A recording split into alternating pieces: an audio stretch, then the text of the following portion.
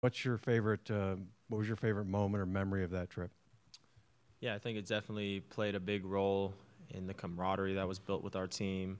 I think one of the strengths of our team is how close we are individually and collectively, and that's allowed us to, in tight games, believe in each other. We know we can look at the guy on our left and our right and know that we have each other's back.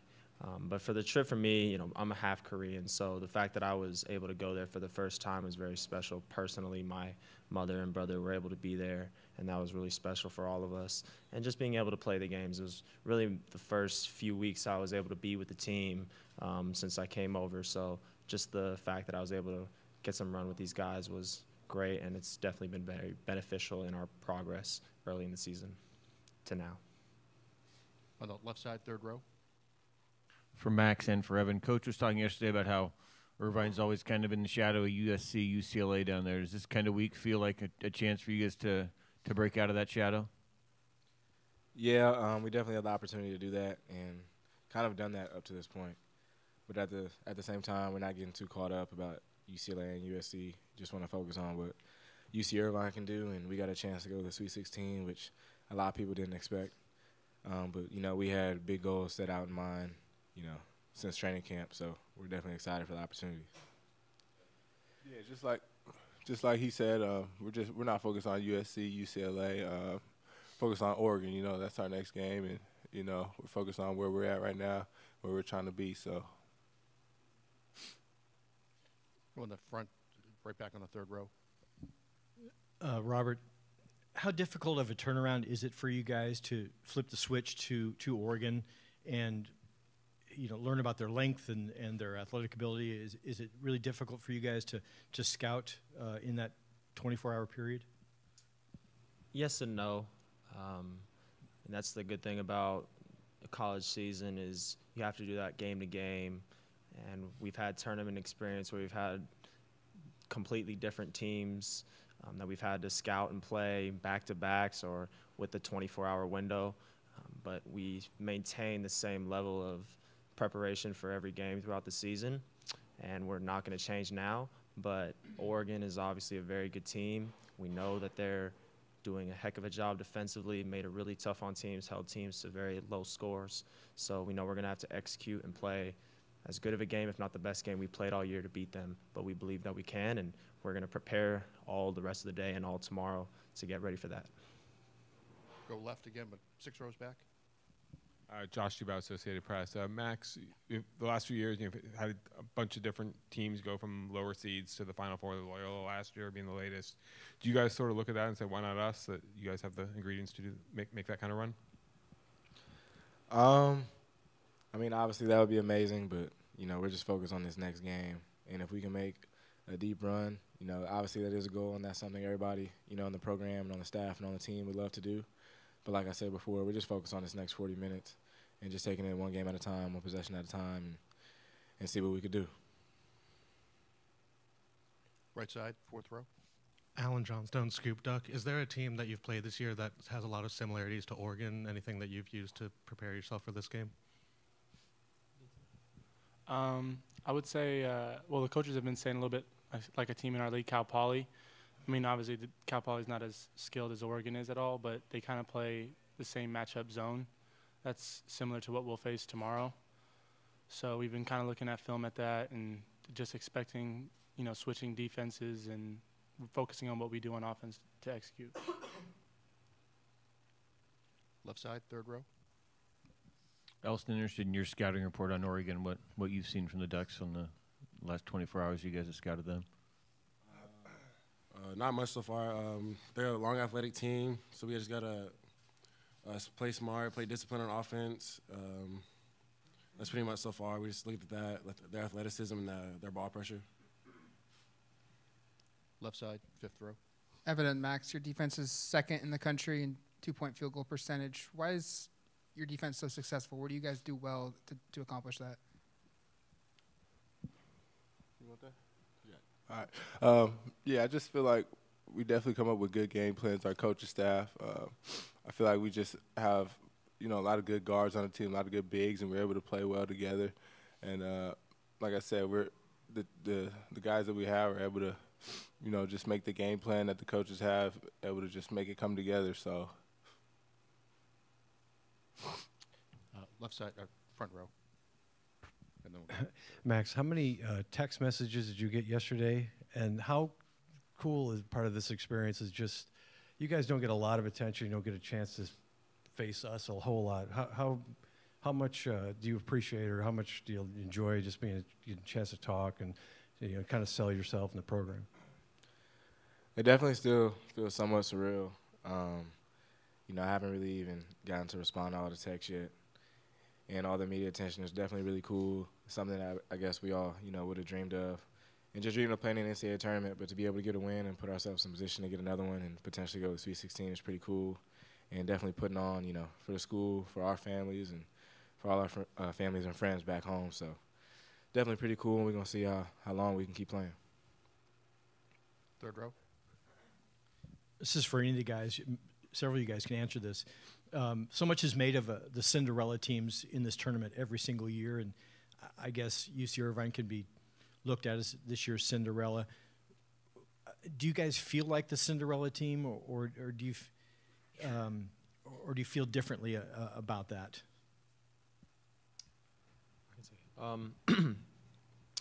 No, we don't really look at ourselves like that.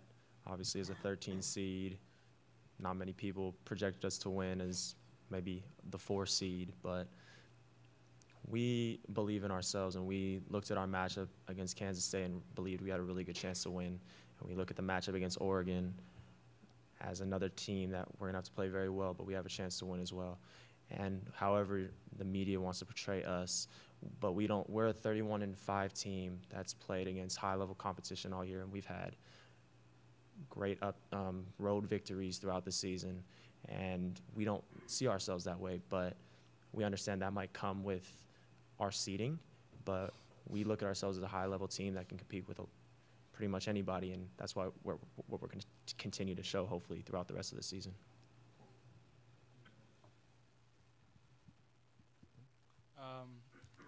I think from the outside looking in, I think a lot of people are shocked that we're here. But, I mean, since the beginning of the year, like Max said in training camp, our coaches said that we're not going to be satisfied with just being in the tournament or making it to the tournament. We believe that we can advance. So for us, this has been a goal all year long, not only to make it, but to advance.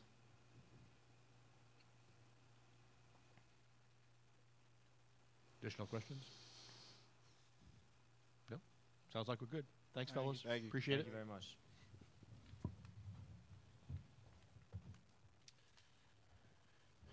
Reminder, the locker rooms are open, and we will have Coach Turner in about 15 minutes. 1:55.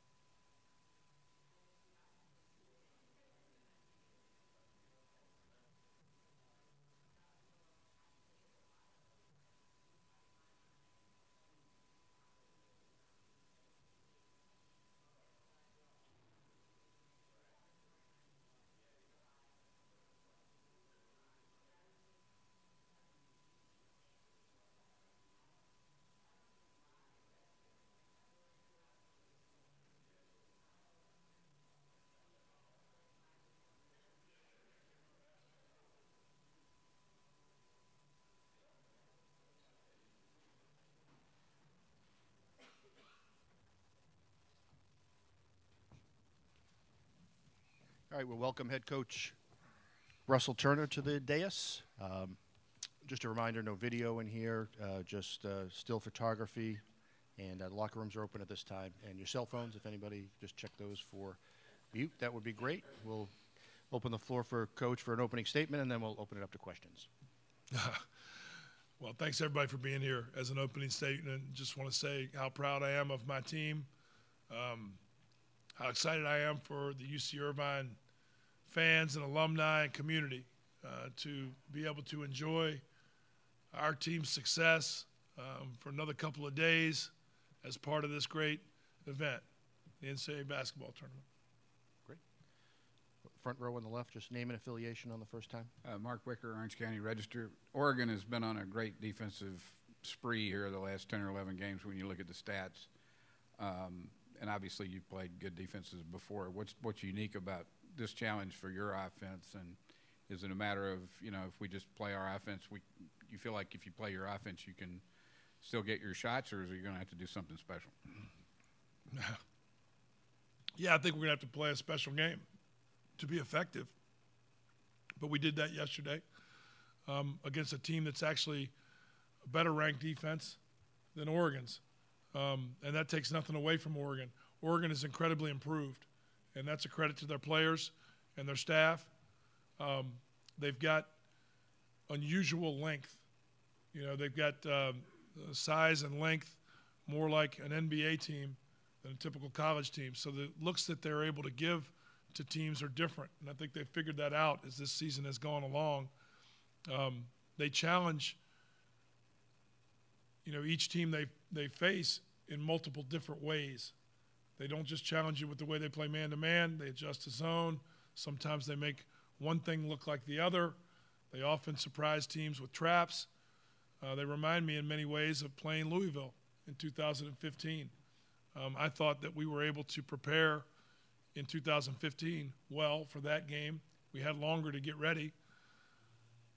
But I thought that the preparation in 2015 had occurred throughout the course of the season, not just in the week that we were playing. There's nothing that Oregon's going to show us that we won't know how to handle, but they're going to show it to us with guys that are hard to handle. So we're going to have to be really good. But we're different from what they are, and that can cause them problems too. Go on the left side, fourth row. Josh Dubois with Associated Press. Coach, what makes Coach Blaine the Sister Jean of UC Irvine? I hear you gave him that nickname. You know, the other day at our watch party, I was addressing the fans who were there, and what I said was that, you know, a year ago, Loyola Chicago was in the same position that day as we were. And at that time, Loyola Chicago had a record of 28-5. We were 30-5. And Loyola Chicago had created great momentum around a veteran group, and we've done the same thing, and probably even won more games in a row at that stage than they had. I don't know that to be true. But I also said they had a secret weapon that everyone remembers in Sister Jean, and that we also have a secret weapon that no one knows about, and it's Uncle Blaine. So it was a play on words, you know, as a way to entertain the crowd. But Blaine is special for our team and our staff. You know, Blaine has 380 Division I wins. You can see that if you look it up. But more critical than that, he's just a talented basketball person, a coach, a motivator, a lot of different things that I was able to see up close when he and I worked together for Mike Montgomery here in the Bay Area in 2000. And we also won 30 games that year. And 30 games in college basketball is rare air. So I remembered and was watching very closely what I saw from Blaine, and then went on to follow him when he went to Virginia, where I'm from, to be the head coach at Old Dominion. And so when I had an opening on my staff, the opportunity to bring him back made so much sense, because he was at a university in Old Dominion that's very similar to UC Irvine, and he accomplished everything that we wanted to accomplish. He won multiple conference championships. He won multiple conference tournament championships. He made the NCAA, I think, 4 times, even once got an at-large bid and advanced in the tournament. So when we won our conference tournament the other night, one of the things I said to him when I gave him a hug was, hey, this is why I brought you here. And I had that same feeling Friday when we won in the NCAA tournament. You know, he had done it at a school like ours, and has been a big part of us finding the way to also do it at Irvine. Front, left side, second row. Sorry for the long answer. I know that you don't want to put the cart before the horse, but whenever you look at teams that turn mid-majors, everybody talks about Gonzaga. That's no longer looked at that way because they've done it for 20 years. What are the things, when you look at them, what are the things in their path to doing this that are applicable to a place like UC Irvine? And of course, you see others like Wofford and others, but what's applicable to your place where you could say, well, why can't we do that too over the long term? Yeah, I mean, you know, you can make a long list. Wofford this year, you know, Davidson, George Mason, you know, VCU. There are more. You know, all those places have done, you know, what I'd like to dream that maybe we could do. And I mean, hey, this year we're on the way. You know, who knows what's still possible for us. We're clearly making progress in the right direction. And I think that's what's critical. Gonzaga didn't become what they are now in a short window. They gradually got better. They continued to improve. And they were committed to sustaining their success through the investments they made as a university. I believe the same things are all possible at Irvine, just as they've been at the other schools that I've mentioned. I don't get to just decide that happens, but I can do my part really well, and that's what I've been focused on trying to do. And I do think we've developed as a program an identity that suits us and our community and our university really well. I think the type of guys that we attract now are the type of guys that we can continue to attract. And as we do a better job at identifying even better players, and we benefit from days like we had Friday and opportunities like we have today and tomorrow, we can also get better and better. Third row in the front. Russell Warren Williamson, Oregon Duck Football News. I asked your players this question. What we love so much about March Madness is the Cinderella stories, obviously. And I asked them if they felt that they were a Cinderella, and that could be taken as a derogatory term, you know. But how do you look at this team? Do you look at yourselves as a Cinderella story? I don't know. I mean, yeah, kind of. It depends on what that means to you. You know, Cinderella, yeah, not every guy'd like to be called that, I don't guess. I don't mind it because I think it's you know, a positive expression for teams in this tournament that do something special. That's how I think of the term. What it really means is underdog. And nobody minds being an underdog. Nobody knows better than we do that we're underdogs. But that doesn't really matter. You know, you got to – that's the great thing about this tournament. You get to settle it in a rectangle. And what your seed is doesn't matter. You play for it. And that's what we'll get a chance to do tomorrow. So if they call us Cinderella, that's fine. But I think we've earned everybody's respect, whatever they call us.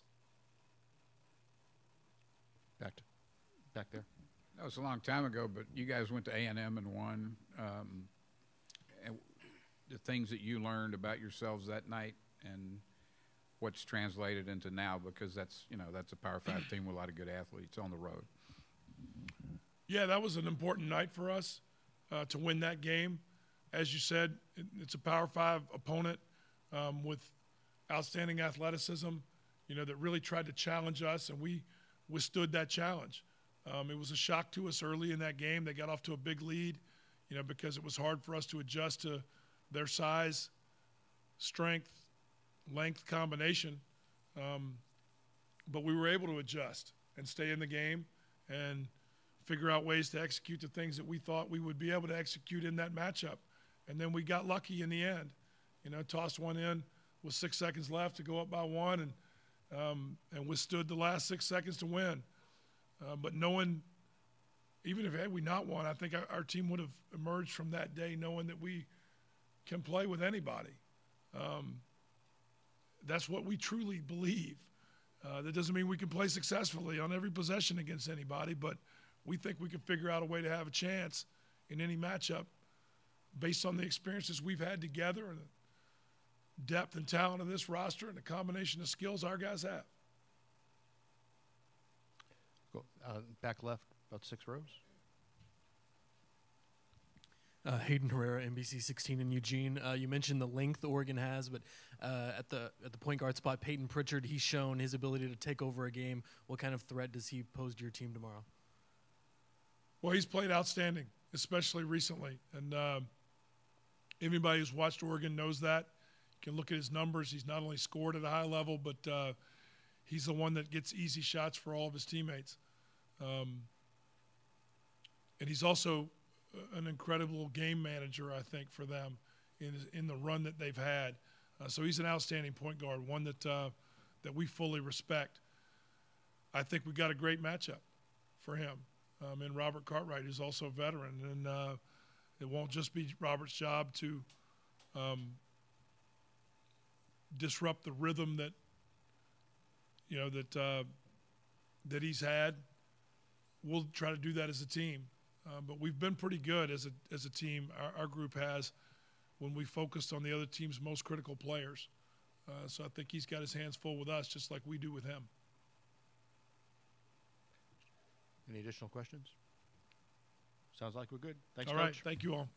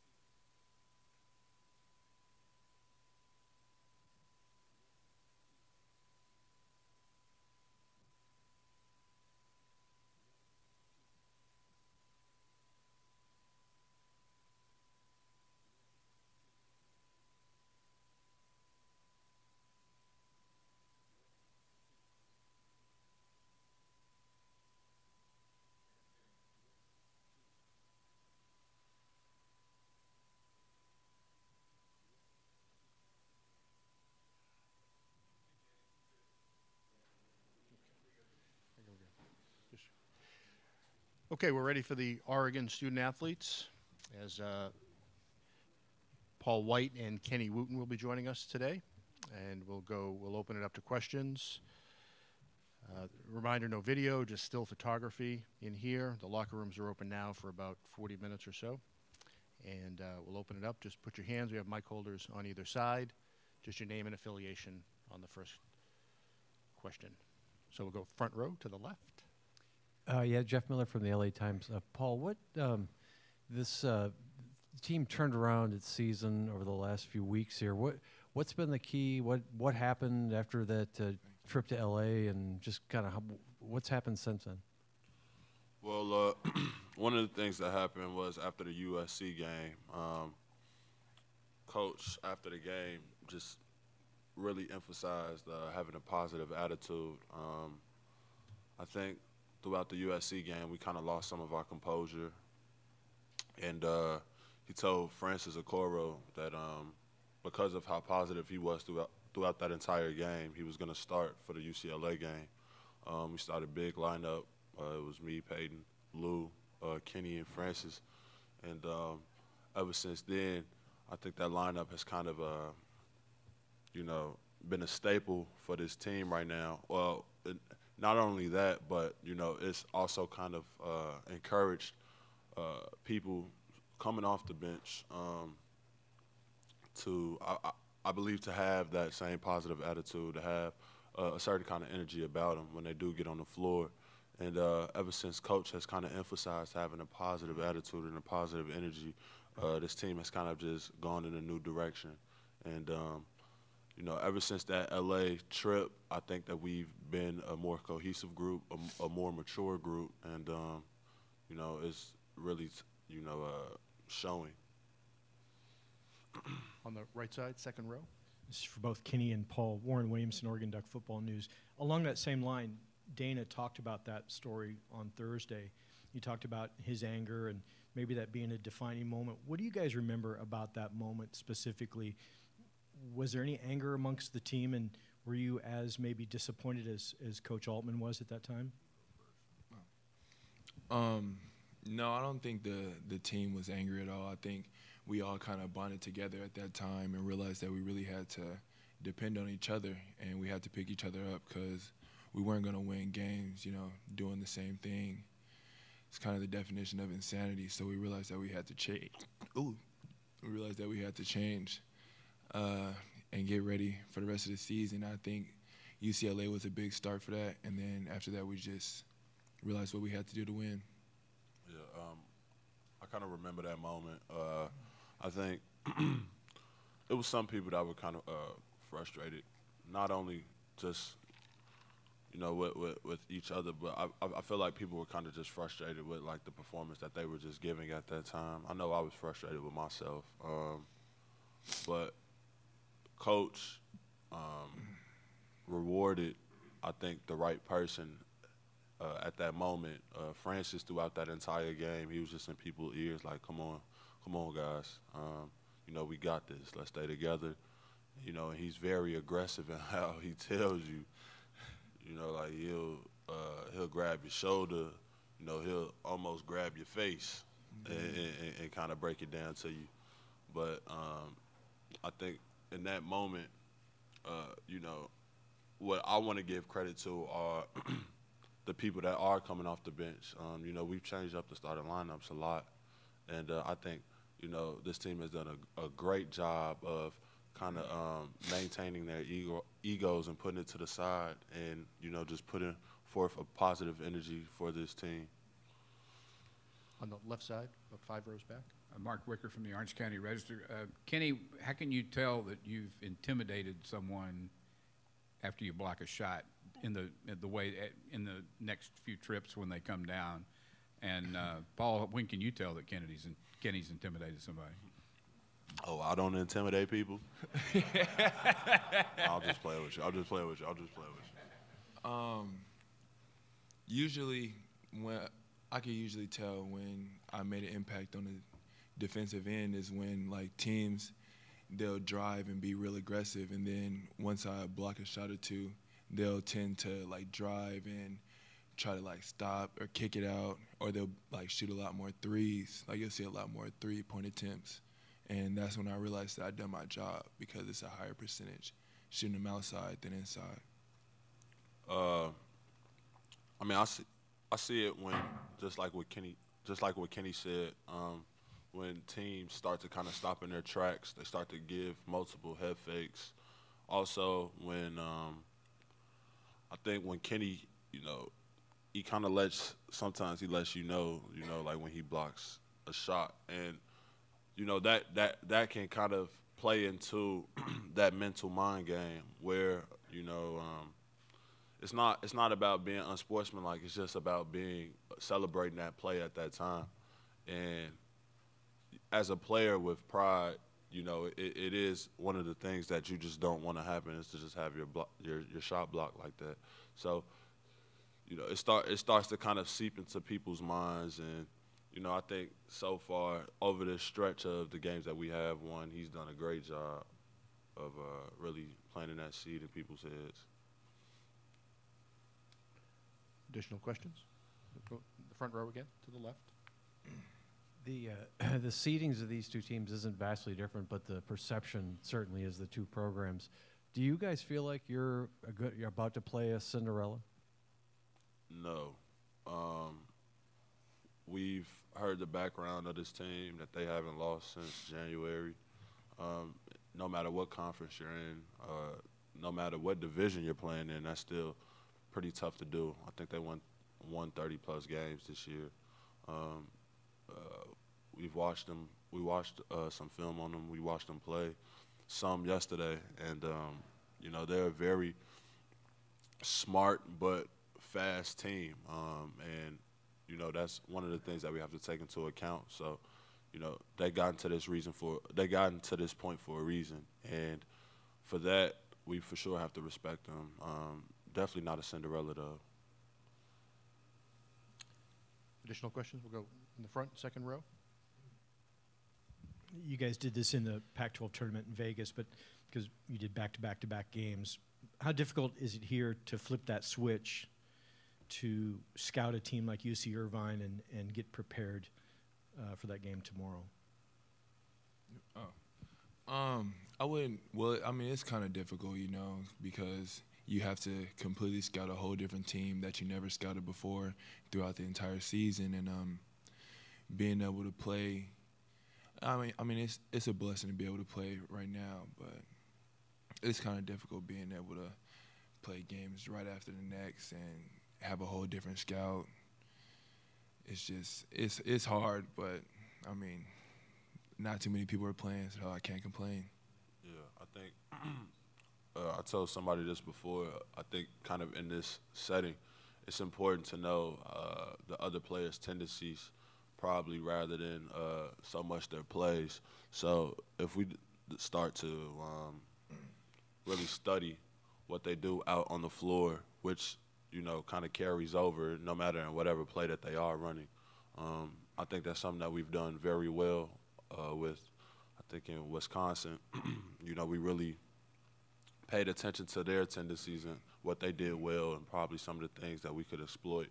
But I think with this team, just kind of drilling in what their what their strong suits are, and kind of, just going from there. Yeah. One more here on the right. This one's for Kenny.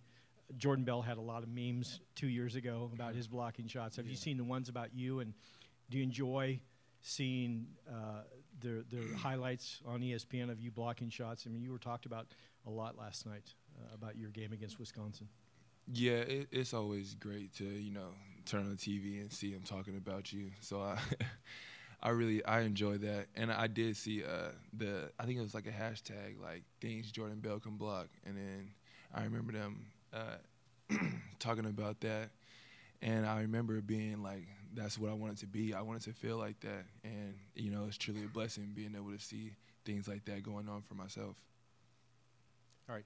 Oh, we'll go one more. I'm sorry, back left, fourth row. Kenny, you guys have been on such a great defensive streak the last 8 games or so, or since UCLA. and the different things you do defensively, the man, the press, the zone, and Russell Turner was talking about how the man sometimes looks like a zone and vice versa. How much do you sense teams getting confused or tentative by not being able to figure out what you're in? It is kind of difficult to realize what type of defense we're playing at the time because a lot of teams really don't know like what type of plays to run against it's like a man or a zone. Yeah, don't tell them. Yeah, I'm not gonna tell them the secret, but yeah, they really will never know because they run different types of plays for the defense that they see, and then they'll like run a zone play, and really we might be in something completely different. So it's hard, like we're throwing them off balance, and I think we're doing a great job of that. All right. We good? Thank you, fellas. Thank you. Locker rooms are open. We'll have Coach Altman at 2:40, which is about 8 minutes from now.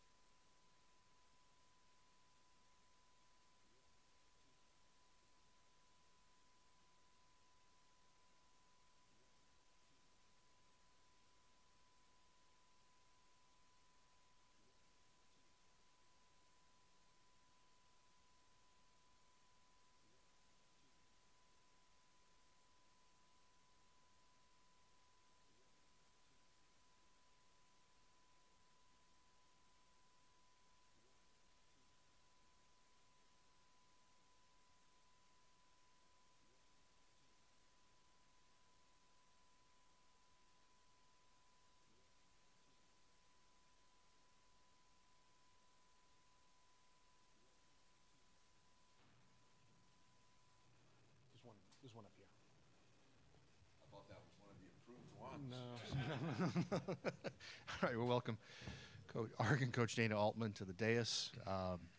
We'll have Coach give us a brief opening statement, then we'll open it up to questions to the group. Well, we face a very difficult task tomorrow. Irvine is really a good basketball team. Anytime you see a +7 on the rebounding and their defensive numbers, you know, really impressed with what I've been able to see. And you win 31 games, that's not by accident. 17 in a row, and we think we're kind of on a roll because we won 9 and they've won 17. So good ball club, deep, experienced, fifth-year seniors, guys that have played together a long time under Russ's system, very well coached. You know, we're not going to be able to make some of the mistakes we've been making and be successful. So very difficult game for us. One day to get ready, and I'm hoping our guys will get to rest and be ready to go tomorrow night at 6:40. Great. Questions from the right side? Second row. Coach, kind of along that same line, how easy is it, or how difficult, I guess, is it to flip that switch and scout a team like that in such a short period of time? You do it at the Pac-12, but you've seen those teams before. How do you do it in this position? Well, we've had a couple coaching assistants working on the games. You know, possibility of playing Kansas State and Irvine. You know, we went to work on those teams just in case we were in this position. So you know, Kevin and I worked on getting ready for Wisconsin, and then the other coaches were working on, you know, and so now it's just getting ready for them. And we had a lot of information, a lot of tape ready to go, and the scouting report was ready to go. It's just now getting it across to the team. You know, it doesn't matter whether I know it or the assistant coaches know it. It's how much our guys know, and so you go back to what, you know, you believe is a defensive philosophy, a rebounding philosophy. You try to apply those things. You know, shots that we can't give up. You know, shots that'll get us beat. So, you know, we talk to them about those types of things and their offensive sets to try to get those shots. So, you know, I think they'll be ready. We're, you know, this one thing about playing in the Pac-12, you know, you play a lot of Thursday, Saturdays, you know, Thursday, Sundays, so you're used to the one day off, you know. So the Friday, Sunday doesn't bother us. We're used to having a day to get ready for the next opponent, and in that regard, I think our routine throughout the season helps us. Go in that about 6 rows back in the middle. Speaking of the Pac-12, is there a team in the Pac-12 that reminds you of Irvine, or that Irvine reminds you of? You know, not really.